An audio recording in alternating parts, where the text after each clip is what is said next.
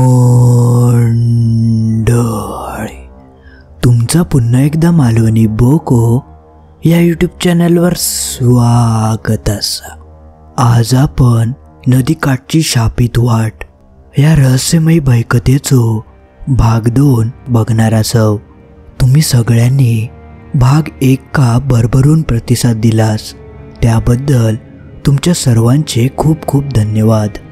पण अजून कोणी याचो पहिलो भाग बघूक नसात तर आय बटनमध्ये त्या व्हिडिओची लिंक असा। पहिलो भाग बघूनच ह्या भागाक बघूक सुरुवात करा ही नम्र विनंती।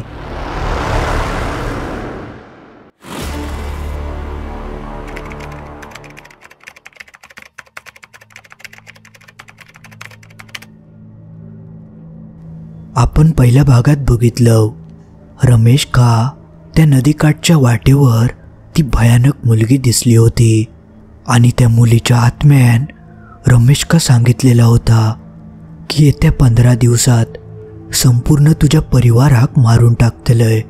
आता ती मुलगी नेमकी कोण हा? रमेशच्या मोठ्या भावाक एक गोष्ट समजली असा की ती मुलगी नदीकाठच्या लाकडाच्या कारखान्यात काम करणाऱ्या एका कामगाराची ती मुलगी असा। पण तो आता कामगार नेमको कोण यात एका शोधून काढूचा होता आणि दिवसामागे दिवस जायत होते आणि त्यांच्या संपूर्ण कुटुंबावर खूप मोठा संकट येणार होता। पण सुरेश का आता नेमका करूचा काय या सुधरत नाही होता। तो खूप विचार करत होतो तेवढ्यात ते का एक गोष्ट आठवली। ते का रमेश बोललो होतो की जेव्हा तो गाडी घेऊन जायत होतो तेव्हा वाटेत ते का एक बाबा दिसले होते ज्यांनी केशरी रंगाचे वस्त्र परिधान केलेले होते आणि ते एका सांगत होते की या रस्त्याने जाऊ नको, यो रस्ता तुझ्यासाठी बरो नाया, तू घराकडे जा नाहीतर दुसऱ्या रस्त्याने जा। आणि रमेश सुद्धा म्हणत होतो की ते एखाद्या महापुरुषाप्रमाणे वाटत होते। तसा सुरेश का कळून चुकला की ह्योचा आता शेवटचो मार्ग असा। त्या महापुरुषांका थंयचा नक्कीच काहीतरी माहीत असतला, त्याशिवाय ते का अडवत नाही होते। तसा सुरेशने पुढच्या दिवशी सकाळी त्या महापुरुषांका भेटायचं ठरवल्यान। पण त्या रात्री रमेशची अवस्था खूपच वाईट होती। ते का सतत आपल्या डोळ्यासमोर त्याच भयानक मुलीचा रूप येत होता। त्याची तब्येत खालावतच चालली होती। पण जशी रात्र झाली तसं ते का एकदम अशक्तपणा इलो आणि ते का जाणवला की कोणतरी आपल्या शरीराचो ताबो घेता आणि क्षणार्धात तिने आपले डोळे मिटल्यान। जसे तिने आपले डोळे मिटल्यान तसं त्याच्या कानावर आवाज पडलो, 5 दिवस तर गेले, आता फक्त 10 दिवस रवले। एवढा बोलताच रमेश एकदम शुद्धीवर इलो। त्याच्यावरचो अचानकच भार नाहीसो झालो। पण झालेल्या प्रकारामुळे तो चांगलंच कामागून झालो होतो। आता ती जी मुलगी होती ती रमेशच्या शरीराचो ताबो घेत होती।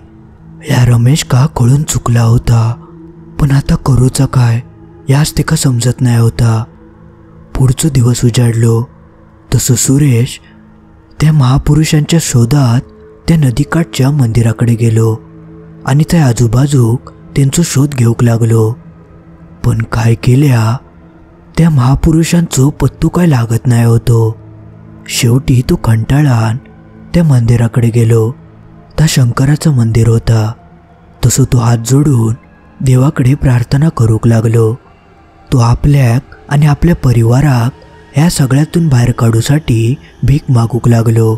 देवाकडे हात पसरूक लागलो, मनोमन देवाचं जप करूक लागलो। तेवढ्यात ते का मागसून एक आवाज ऐका केलो, अलक निरंजन, ओम नमः शिवाय। तसं सुरेश पटकन मागे वळून बघूक लागलो। त्याच्या मागे तेच बाबा, तेच महापुरुष उभे होते। त्यांनी केशरी रंगाचे वस्त्र परिधान केलेले होते। त्यांचा था रूप बघून ते एकदम सिद्ध महापुरुषच वाटत होते। तसं सुरेश अजिबात वेळ न घालवता त्यांच्या पायावर आपला डोका ठेवून जोरजोरात रडाक लागलो आणि त्यांच्याकडे मदत मागूक लागलो। तसे ते महापुरुष म्हणाले, काळजी करू नको पुत्र, मी तुझ्याच मदती केलंय. मी तुझ्या भावाक सावध केलं होतंय, पण जा लेखीत हा ता कोण बदलू शकत नाही. आणि एखाद्या मनुष्यावर किती मोठी अडचण इली तरी तेकाच त्याच्यातून मार्ग काढूचो लागता, आणि त्यासाठी थोडे परिश्रम तेका घेवचेच लागतात. त्यामुळे तुका परिश्रम तर करूचेच लागतले, आणि तरच तुका पुढचो मार्ग गावतलो. कारण किती मोठी अडचण इली तरी काही ना काही तरी मार्ग दडलेलोच असता. हां, कधी कधी तो सहजासहजी सापडत नाही एवढाच, पण म्हाका खात्री असा तुका तो मार्ग नक्की गावतलो.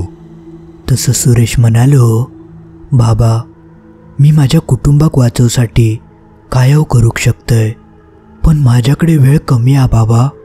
मी भोवऱ्यात सापडलंय आणि ह्याच्यासून बाहेर पडणं खूप कठीण आहे. पण तुम्ही जर माझी मदत केलास तर खूप उपकार होतील तुमचे बाबा, खूप उपकार होतील. तसे ते महापुरुष म्हणाले, पुत्र मी तुझं दुःख जाणतय. मी तुका एवढा सांगूक शकतय, ह्या सगळ्या गोष्टीचा मूळ एका मणिनगरच्या गावात असा. त्या महापुरुषांची ती वाक्य ऐकान सुरेशने आपले डोळे मिटल्यान आणि त्यांच्या पायावर डोकं ठेवून त्यांका नमस्कार करूक लागलो. आणि जसं तो परत वरती बघता तर त्याच्या समोर तर कोणत नाही होता. ते महापुरुष काही क्षणार्धातच थैसून नाहीसे झाले होते. तसं सुरेश पटकन आपल्या घराकडे इलो आणि ही सगळी गोष्ट त्याने आपल्या छोट्या भावाक म्हणजेच रमेशच्या कानावर घातल्यान. कारण सुरेश का त्या गावाबद्दलची माहिती नाही होती, पण रमेश लहानापासून थयच वाढलेलो होतो आणि आजूबाजूक फिरलेलो होतो, त्यामुळे तेका बऱ्यापैकी माहिती होती. जसा सुरेशने तेका विचारल्यान की या मणिनगर गाव खयला, तसं रमेश म्हणालो, मणिनगर या तर गाव शहराच्या अलीकडच्या जंगलाच्या एका शेवटच्या टोकाकडे येता. आणि होय, ती मुलगीसुद्धा ह्याच गावाचं नाव घेत होती, मणिनगर. ती म्हणाली होती की मणिनगरातच त्यांचा घर असा आणि घरात तिचं लहान भाव वाट बघत होतो. त्याची ती सगळी गोष्ट ऐकान सुरेश का समाजला, म्हणजे या सगळ्याचं मुख्य मूळ ह्या मणिनगरच्याच गावात असा. मग त्यांनी रमेश का आराम करूक सांगल्यान आणि तो आपल्या खोलीत झोपाक गेलो. त्यांनी ठरवल्यान की उद्या सकाळीच मी या मणिनगरात जातलय आणि तो नेमको खयचो कामगार असा जो ते लाकूड कारखान्यात काम करत होतो ह्या शोधून काढतलय. पण जसो तो रमेशच्या खोलीसून बाहेर गेलो तसा रमेश का परत अवघडल्यासारखा झाला. तेका जाणवक लागला की कोणतरी तिचो ताबो घेता. अचानक अशक्तपणा इलो. तेका काय केल्या आपली हालचाल करूक गावत नाही होती, म्हणजे ती जी कोण मुलगी होती तिका कळून चुकला होता की हेंका मार्ग गावलो असा. त्यामुळे ती लवकरात लवकर त्याच्या शरीराचो ताबो घेऊक बघत होती. तिका त्यांच्या संपूर्ण कुटुंबाक मारून टाकूचा होता, पण तेवढी तिच्यात अजून ताकद येत नाही होती. पुढचो दिवस उजाडलो. सुरेश सकाळी सकाळी उठलो आणि आपल्या गाडीवर बसान सरळ मणिनगर गाठल्यान.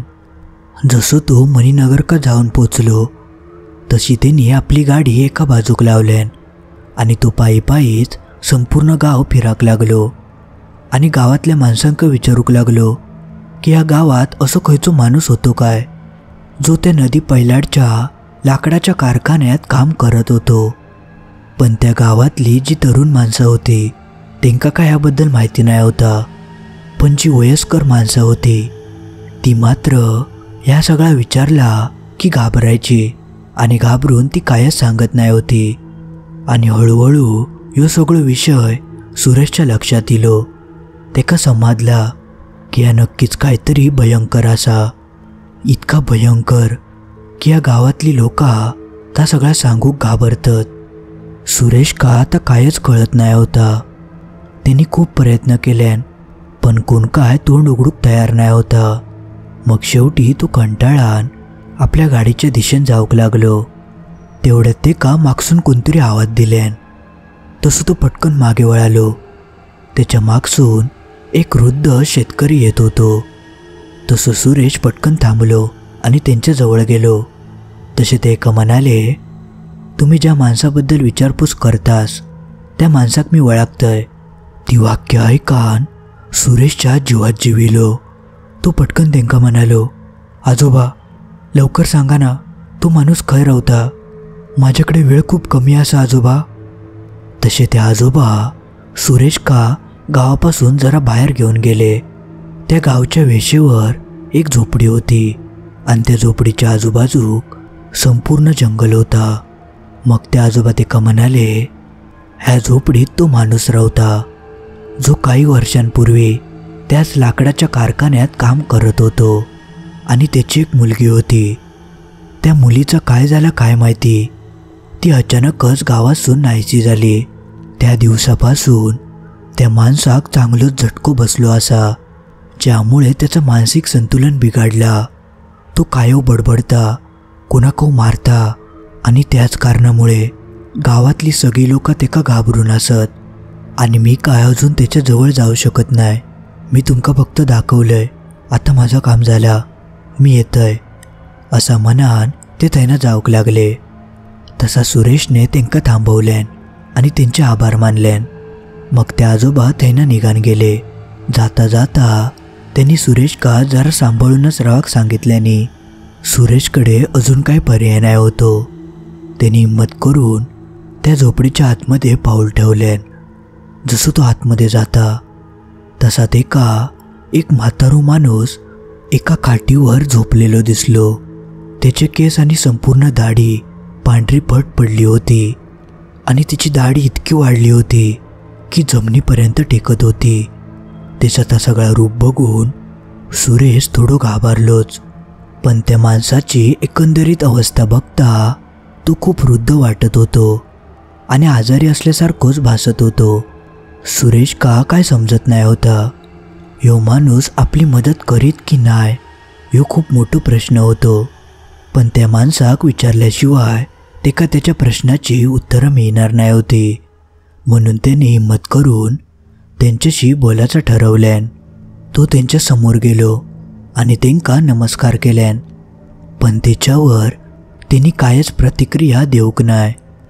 आजोबा तुम्ही वैदेही नावच्या मुलीक ओळखतास काय?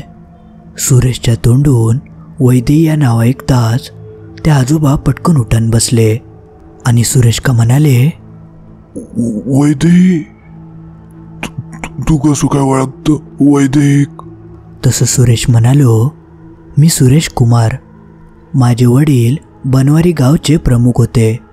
तसे ते आजोबा म्हणाले, बनवारी गावचं प्रमुख?